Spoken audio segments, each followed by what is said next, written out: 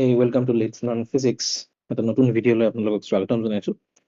Last ভিডিওত আমি discuss কৰিছিলো যে কেনেকে প্ৰথম হায়াৰ ছেকেণ্ডাৰী সেকেন্ড ইয়াৰ 12ৰ ইলেক্ট্ৰিক ফিল্ড এণ্ড চাৰ্জেছ চেপ্টাৰটো চাৰ্জৰ বিষয়ে আমি ডিসকাস কৰিছিলো লাষ্ট ক্লাছত। এবাৰ আমি ডিসকাস কৰিবলৈ ট্ৰাই কৰিম চাৰ্জৰ বিভিন্ন প্ৰপাৰ্টি বিলাকৰ বিষয়ে আমি ডিসকাস কৰা ষ্টাৰ্ট কৰিছিলো আৰু আজি আমি সেই প্ৰপাৰ্টি বিলাকৰ বিষয়ে অকমান ডিটেইলছত পঢ়িম। লাষ্ট ক্লাছত আমি কৈছিলো যে চাৰ্জ বিলাকে বিভিন্ন ধৰণৰ প্ৰপাৰ্টি দেখুৱায় আৰু সেই প্ৰপাৰ্টি বিলাকৰ আমি অকমান ডিটেইলছ দিবলৈ ট্ৰাই কৰিছিলো। তাৰ ভিতৰত আমি কেইটামান প্ৰপাৰ্টি বাদ দি দিয়া হৈছিল। তাৰ ভিতৰত one of the properties was quantisation of charge.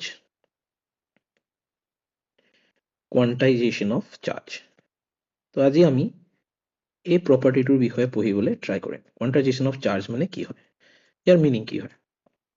ইয়াক বুজিবৰ কাৰণে আমি এটা এক্সাম্পলৰে ষ্টাৰ্ট কৰিব পাৰোঁ।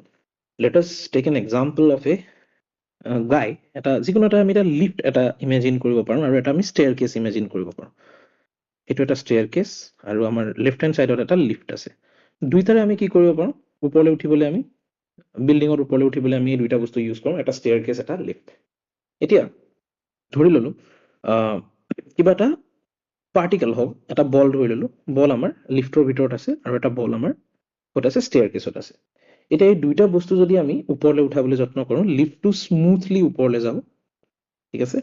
আৰু এইটো যদি আমাৰ গ্ৰাউণ্ড লেভেল বুলি ধৰোঁ আমি, এই লিফ্টটো যেতিয়া ওপৰলৈ গৈ থাকিব, এই বলটোৱে কিবা নহয় কিবা এটা হাইট একুৱায়াৰ কৰিব, ঠিক আছে। আৰু এই যিটো হাইট একুৱায়াৰ কৰিব, লেটছ সে অলপ সময়ৰ পিছত লিফ্টটো ওপৰলৈ গুচি গ'ল, বলটো এইখিনি জেগাত আছে আৰু এইটো হৈ গ'ল তাৰ গ্ৰাউণ্ডৰ পৰা হাইট, যাক মই এইচৰে ডিনোট কৰিলোঁ, ঠিক আছে। যেতিয়া বলটো লিফ্টেদি যাব, এই এইচৰ ভেলু যিকোনো হ'ব পাৰে। ফৰ এক্সাম্পল আমাৰ এইচৰ ভেলু আমি 1 মিটাৰ বুলি ক'ব পাৰোঁ। লিফ্টটো যদি আৰু অকণমান ওপৰলৈ গুচি যায়, 1.01 মিটাৰটো আমি লিফ্টটো ইমেজিন কৰিব পাৰোঁ। 1.02 মিটাৰটো আমি লিফ্টটো ইমেজিন কৰিব পাৰোঁ। 1.5 মিটাৰটো আমি লিফ্টটো ইমেজিন কৰিব পাৰোঁ। তো যিকোনো ধৰণৰ ভেলুৰ সৈতে যিকোনো এটা ইনষ্টেণ্টত মই যদি বলটোৰ হাইট চাবলৈ যাওঁ, এই হাইটৰ ভেলু যিকোনো ভেলু হ'ব পাৰে, যিকোনো ভেলু হ'ব পাৰে। এই ভেলুটোত কোনো লিমিটেশ্যনছ নাই। কিন্তু মই যদি এই ষ্টেয়াৰ কেছটোৰ এক্সাম্পলটোলৈকে আহোঁ, লেটছ সে এটা ষ্টেয়াৰ কেছৰ যিটো হাইট হয়, লেটছ সে দিছ হাইট ইজ 0.2 মিটাৰ্ছ, লেটছ সে। এতিয়া মই যদি মোৰ বলটোৰ হাইট সোধোঁ যিকোনো এটা মোমেণ্টত, যেতিয়া সি ষ্টেয়াৰ কেছটোৰ হেল্পত যদি মই বলটো ওপৰলৈ লৈ যাওঁ, সি হয় 0.2 মিটাৰত থাকিব ইয়াত থাকোঁতে, তাৰ পিছত বলটো ইয়াত এক্সিষ্ট কৰিব পাৰে। যেতিয়া বলটো ইয়াত এক্সিষ্ট কৰিব, ইয়াৰ হাইট হৈ যাব 0.4 মিটাৰ্ছ। নেক্সট বলটো ইয়াত এক্সিষ্ট কৰিব পাৰে। বলটো যেতিয়া থাৰ্ড ষ্টেপটোত এক্সিষ্ট কৰিব, ইয়াৰ হাইট হৈ যাব 0.6 মিটাৰ্ছ। যেতিয়া বলটো 4 নম্বৰ ষ্টেপত এক্সিষ্ট কৰিব, ইয়াৰ হাইট হৈ যাব 0.8 মিটাৰ্ছ। বুজি পাইছো? তো মানে মোৰ ছেকেণ্ড যিটো এক্সাম্পল আছে, সেই ছেকেণ্ড এক্সাম্পলটোত যেতিয়া মই হাইট অফ দ্য বল যদি মই সোধোঁ, এই হাইটটোৱে যিকোনো ভেলু ল'ব নোৱাৰে। যিটো হাইট হ'ব তাৰ ভেলু হ'ব 0.2 মিটাৰ্ছ হ'ব পাৰে। নেক্সট পচিবল ভেলু হ'ব পাৰে 0.4 মিটাৰ্ছ। তাৰপিছত নেক্সট পচিবল ভেলু হ'ব পাৰে 0.6 মিটাৰ্ছ। নেক্সট পচিবল ভেলু হ'ব পাৰে 0.8 মিটাৰ্ছ। এই ষ্টেপৰ মাজেদি যেতিয়া ষ্টেপৰ থ্ৰুদি যেতিয়া বলটো ওপৰলৈ যাব, বলটোৰ হাইট কেতিয়াও 0.3 মিটাৰ হ'ব নোৱাৰে, এইটো ইম্পচিবল হয়। দিছ হাইট ইজ ইম্পচিবল, কাৰণ বলটো হয় ইয়াত থাকিব, নহয় ইয়াত থাকিব। এই দুইটা ষ্টেপৰ মাজত বলটো কেতিয়াও ৰৈ থাকিব নোৱাৰে। কিন্তু মই যদি লিফ্টটোত চাওঁ, লিফ্টটো যিকোনো পজিশ্যনত থাকিব পাৰে। এই বলটো লিফ্টটো ইয়াতো থাকিব পাৰে, আৰু মই লিফ্টটোক যদি ওপৰলৈ লৈ যাওঁ, লিফ্টটো এইটো জেগাতো থাকিব পাৰে। লিফ্টটো এইটো জেগাত আছে, তেতিয়া বলটো লেটছ সে ইয়াত আছে। তো লিফ্টটোৰ পজিশ্যন যিহেতু যিকোনো হ'ব পাৰে, তো এই বলটোৰ হাইটো যিকোনো হ'ব পাৰে। কিন্তু ইন দ্য আদাৰ হেণ্ড, এই ষ্টেপৰ যিটো এক্সাম্পল, খটখটিৰ যিটো এক্সাম্পল, তালৈ যদি মই চাওঁ, বলটোৰ হাইট হয় 0.2 মিটাৰ হ'ব, নহ'লে 0.4 মিটাৰ হ'ব, নহ'লে 0.6 মিটাৰ হ'ব, আৰু নহ'লে 0.8 মিটাৰ হ'ব। এনেকৈ কিছুমান ষ্টেপ ৱাইজ আমাৰ বলটোৰ হাইট যাব। তো বলটোৰ হাইট যিকোনো ভেলু হ'ব নোৱাৰে, ইয়াত এটা লিমিটেশ্যন আহি যায়। এতিয়া মই কিয় বুজাই আছো এইটো কথা, এইটোৰ থ্ৰুদি আমি কোৱান্টাইজেশ্যনৰ কনচেপ্টটো বুজি পাম। যেতিয়া যিকোনো এটা ফিজিকেল কোৱান্টিটি এনেকুৱা কণ্টিনিউৱাছ ভেলিউজ ল'ব পাৰে, কোনো লিমিট নাথাকে সেইবিলাক ভেলুত, কোনো ধৰণৰ কনষ্ট্ৰেইন নাথাকে সেইবিলাক ভেলুত, যেনেকৈ এই বলটোৰ যিটো হাইট হ'ব পাৰে, সি যিকোনো এটা নাম্বাৰ হ'ব পাৰে। এনেকুৱা কোৱান্টিটিবিলাকক কণ্টিনিউৱাছ কোৱান্টিটি বুলি কয়, continuous quantity.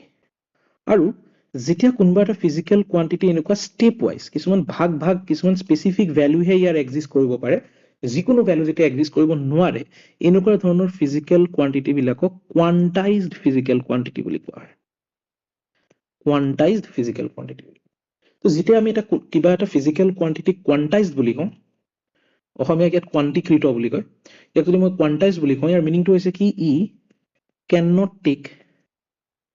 cannot take all values যিকোনো ভ্যালু ই ল'ব নোৱাৰে ইয়াৰ এটা লিমিটেশন আহি যাব for example here it can be 0.2 meters 0.4 meters ইয়াৰ মাজৰ ভ্যালু হ'ব নোৱাৰে 0.4 মিটাৰৰ পৰা ইয়াৰ হাইট ডাইৰেক্টলি পসিবল হাইট হ'ব 0.6 মিটাৰ তাৰ মাজৰ ভ্যালু হ'ব নোৱাৰে এনেকুৱা ধৰণৰ যেতিয়া কোয়ান্টিটি বিলাক পোৱা হয় তাক কোৱা হয় কোয়ান্টাইজড কোয়ান্টিটিজ তো চাৰ্জ এটা কোয়ান্টাইজড কোয়ান্টিটি চাৰ্জ এটা কোয়ান্টাইজড কোয়ান্টিটি কিয় চাৰ্জৰ ভ্যালু যিকোনো ল'ব নোৱাৰে এটা হাতত মোৰ হাতত যদি এটা বডি আছে যিকোনো বডি ফৰ এনি বডি যিকোনো এটা বডি যদি মই লওঁ সেই বডিটোত যেটো চাৰ্জ থাকিব ঠিক আছে সেই বডিটোত থাকিবলগীয়া যেটো চাৰ্জ হ'ব the charge যেটো চাৰ্জ তাত থাকিব হি যিকোনো ভ্যালু হ'ব নোৱাৰে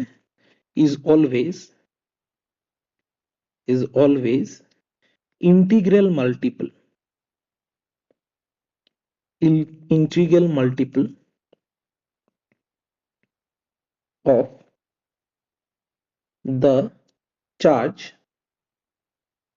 of the charge 1.6 into 10 to the power minus 19 coulomb ঠিক আছে মানে মোৰ হাতত যদি এটা বডি আছে আৰু এই বডিটো যদি চাৰ্জড হয় ইয়াৰ গাত চাৰ্জ আছে লেটস সে ইয়াৰ গাত চাৰ্জ আছে মই যদি খুদু যে ইয়াত কিমান চাৰ্জ আছে হাউ মাচ ইয়াৰ যেটো আনসাৰ হ'ব যেটো ৰিজাল্ট হ'ব কিমান চাৰ্জ আছে যেটো ৰিজাল্ট হ'ব এই ৰিজাল্টটো হয় ইয়াৰ যেটো ভ্যালু ইয়াক মই ই ৰে ডিনোট কৰোঁ মানে ই ইজ ইকুৱেল টু কিমান 1.6 into 10 to the power minus 19 coulomb ঠিক আছে তো এটা বডিত কিমান চাৰ্জ আছে বুলি যদি খুধেও সেই ৰিজাল্টটো হয় ইৰ সমান হ'ব নহলে 2 ইৰ সমান হ'ব নহলে 3 ইৰ সমান হ'ব নহলে 4 ইৰ সমান হ'ব ইয়াৰ মাজৰ ভ্যালু বিলাক হ'ব নহয় মানে এটা বডিত কেতিয়াও 1.5 ই থাকিব নোৱাৰে 1.1 ই থাকিব নোৱাৰে ইম্পসিবল হয় 1.6 ইউ থাকিব নোৱাৰে 2.3 ইউ থাকিব নোৱাৰে এইবিলাক ইম্পসিবল ভ্যালুজ ঠিক আছে তো এইটো আছিল আমাৰ কাহিনী যে যেনেকে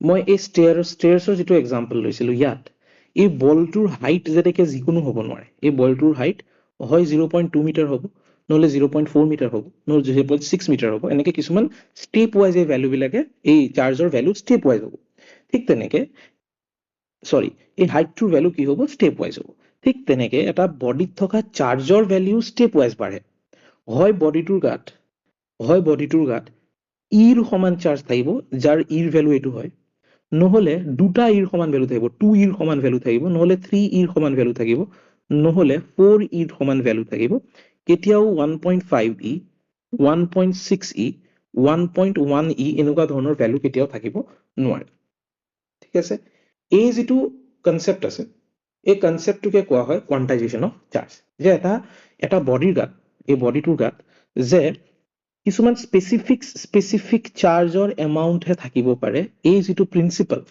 এই যেটো ৰিয়েলিটি সেই ৰিয়েলিটিটোকে কি বুলি কোৱা হয় কোয়ান্টাইজেশন অফ চাৰ্জ বুলি কোৱা হয় এটা কোৱেশ্চন হল কি কোয়ান্টাইজেশন অফ চাৰ্জৰ অৰিজিন কি কৰ পৰা আহিলে কিয় কোয়ান্টাইজেশন অফ চাৰ্জ এক্সিষ্ট কৰে দ্যাট ইজ দা কোৱেশ্চন নাও আমি যদি চাওঁ যে যদি আমাক কোনোবাই খুদে যে চাৰ্জ কি হয় বা চাৰ্জৰ অৰিজিন কি হয় what is the origin of charge ইয়াৰ দুটা আনসাৰ আছে এটা প্ৰথমতে মই যেটো ইজি আনসাৰ হয় হেতু কৰিবলৈ যাওঁ let's say I have a material এটো হৈ গল এটা মেটেৰিয়েল এই মেটেৰিয়েলটো কিছুমান এটমছৰে বনা এই মেটেৰিয়েলছ বিলাক কিছুমান এটমছৰে বনা আৰু এই এটমটোৰ ভিতৰলৈ যদি মই সোমাই যাওঁ এটমত তিনটা বস্তু থাকে মেইনলি এটা হৈ গল ইলেক্ট্ৰনছ আমি এইখিনি ক্লাস 9ত হয়তো পঢ়ি আহিছো আৰু আহি গল প্ৰটনছ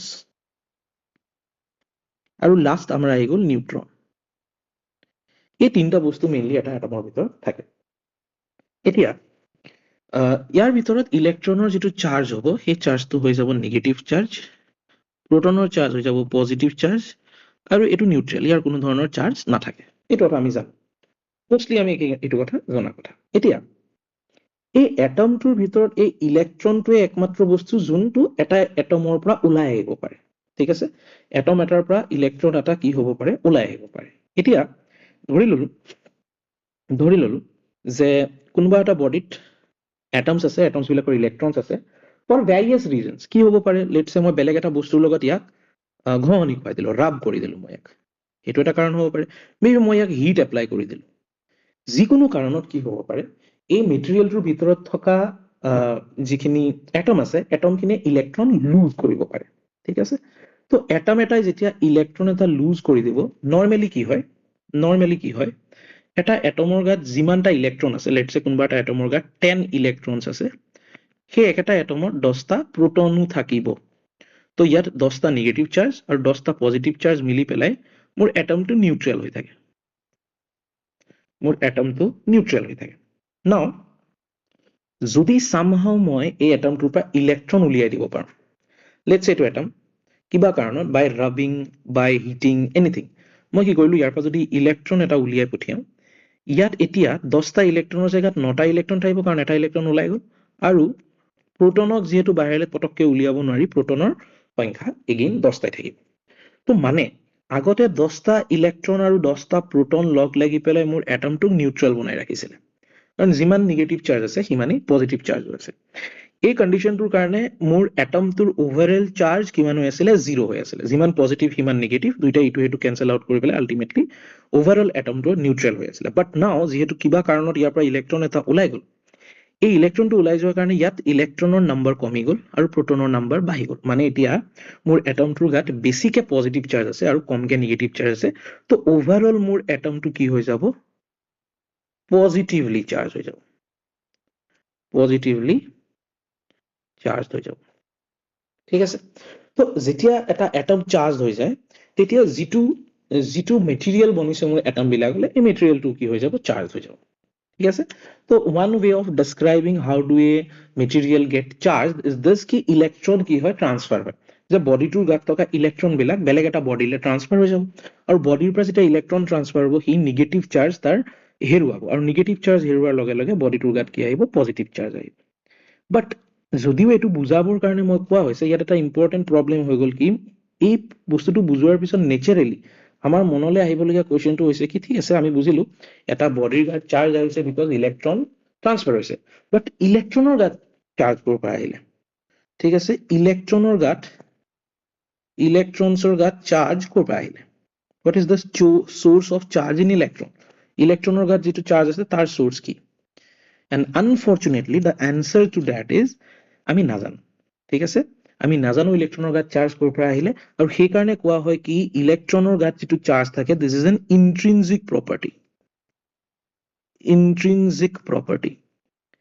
ঠিক আছে? ইন্ট্ৰিনজিক প্ৰপাৰ্টি মানে কি, যে এটা প্ৰপাৰ্টি যিটো উইদাউট এনি ৰিজন সেই মেটেৰিয়েলটোৰ গাত বা সেই এণ্টিটিটোৰ গাত আছে। যেনেকে চাৰ্জ, ইলেক্ট্ৰনৰ গাত যিটো চাৰ্জ আছে সেইটো ইলেক্ট্ৰনৰ এটা ইন্ট্ৰিনজিক প্ৰপাৰ্টি হয়, কোনো ৰিজন নাই, ক'ৰ পৰা অহা নাই চাৰ্জটো।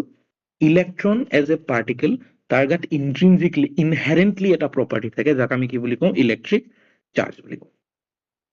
তো এই আমি নাজানো বুলি কোৱাটোকে ফিজিক্সত অকমান ষ্টাইলত কি বুলি ক'ব, ইন্ট্ৰিনজিক প্ৰপাৰ্টি বুলি ক'ব, যে ইলেক্ট্ৰন আছে মানে চাৰ্জ আছে। বুজি পাইছো? কাৰণ ইলেক্ট্ৰন যিহেতু ফাণ্ডামেণ্টেল পাৰ্টিকল, ইলেক্ট্ৰনৰ ভিতৰত সেই প্ৰপাৰ্টিটো ক'ৰ পৰা আহিল বুলি সোধাৰ কোনো মিনিং নাথাকে। ইলেক্ট্ৰন এটা এনেকুৱা বস্তু যাক আমি আৰু ফাৰ্দাৰ ভাঙিব নোৱাৰো, ঠিক আছে? তো গতিকে ইলেক্ট্ৰনৰ গাত চাৰ্জ ক'ৰ পৰা আহিল বুলি সোধা প্ৰশ্নটোৰ কোনো মিনিং নাই। ইলেক্ট্ৰন আছে মানে তাৰ গাত ইলেক্ট্ৰিক চাৰ্জ আছে, সেইটোৱে হৈছে কাহিনী। তো এতিয়া আমি কি বুজিলো, যে ইলেক্ট্ৰন এটা যেতিয়া ট্ৰান্সফাৰ হয় তেতিয়া এটা বস্তুৰ গাত চাৰ্জ আহিব পাৰে। তেতিয়া ইলেক্ট্ৰন, এই বস্তুটোৰ গাৰ পৰা ইলেক্ট্ৰন এটা যদি ওলাই গুচি গ'ল, এই বস্তুটোক পজিটিভলি চাৰ্জ কৰি থৈ যাব।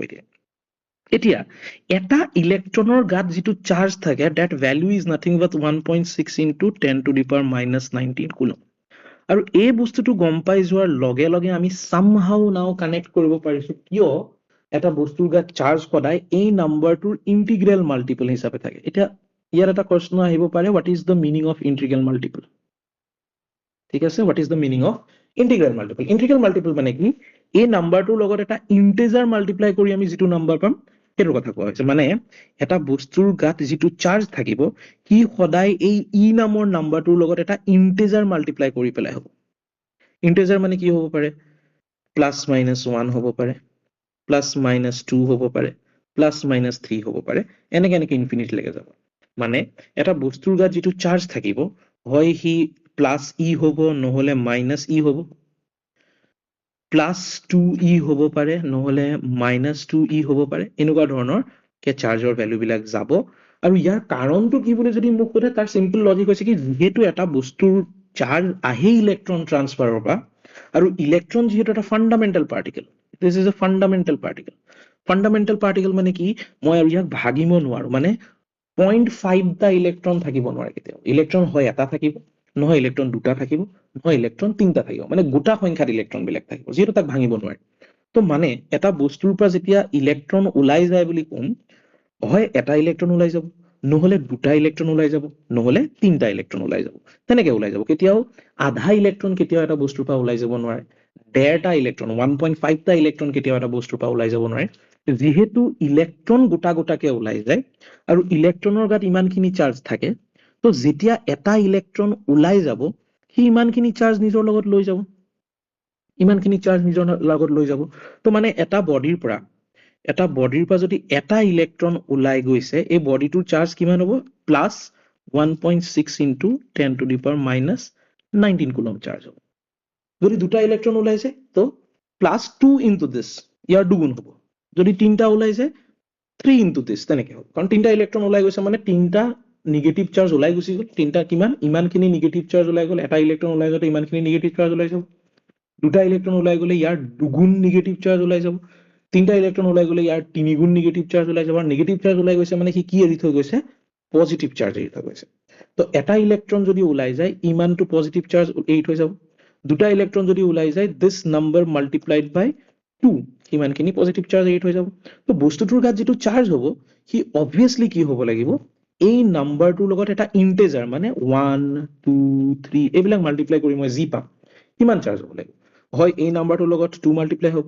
নহলে এই নাম্বাৰটোৰ লগত 3 মাল্টিপ্লাই হ'ব নহলে এই নাম্বাৰটোৰ লগত 4 মাল্টিপ্লাই হ'ব তো এই যেটো প্ৰপাৰ্টি দেখুৱাইছে চাৰ্জে এই প্ৰপাৰ্টিটোকে কি বুলি কোৱা হয় কোৱান্টাইজেশ্যন অফ চাৰ্জ যে এটা বস্তুৰ গাত যেটো চাৰ্জ আছে সেইটো যিকোনো ভ্যালু হ'ব নোৱাৰে যেনেকে এই বলটোৰ যেটো হাইট আছিলে সেই হাইটটো যিকোনো হ'ব নোৱাৰে তেনেকে এই বস্তুটোৰ গাত থকা চাৰ্জো যিকোনো হ'ব নোৱাৰে কি হয় ইলেক্ট্ৰনিক চাৰ্জৰ ইন্টিগ্ৰেল মাল্টিপলৰ সহায়ত কি হ'ব বাঢ়ি গৈ থাকিব মানে এটা বডিৰ গাত যেটো চাৰ্জ থাকিব লেটস কিউ এটা বডিৰ গাত চাৰ্জ আছে কি সদায় কি হ'ব এটা ইন্টিজাৰ n মাল্টিপ্লাইড বাই ইলেক্ট্ৰনিক চাৰ্জ e এই দুটা বস্তু মাল্টিপ্লাই কৰিলে মই যেটো নাম্বাৰ পাম এটা বডিৰ গাত চাৰ্জো সদায় ইমানেই থাকিব তো এইটো আছিল আমাৰ কোৱান্টাইজেশ্যন অফ চাৰ্জৰ কাহিনী যদি এইটোক লৈ কিবা ডাউট আছে মোৰ কমেন্ট সেকশনত জনাব পাৰে আৰু যদি ভিডিওটো চাই ভাল লাগিলে বা হেল্পফুল লাগিলে ভিডিওটো প্লিজ শ্বেয়াৰ কৰিব আৰু মোৰ চেনেলটো সাবস্ক্ৰাইব কৰিব আৰু ভিডিওটো লাইক কৰিব ধন্যবাদ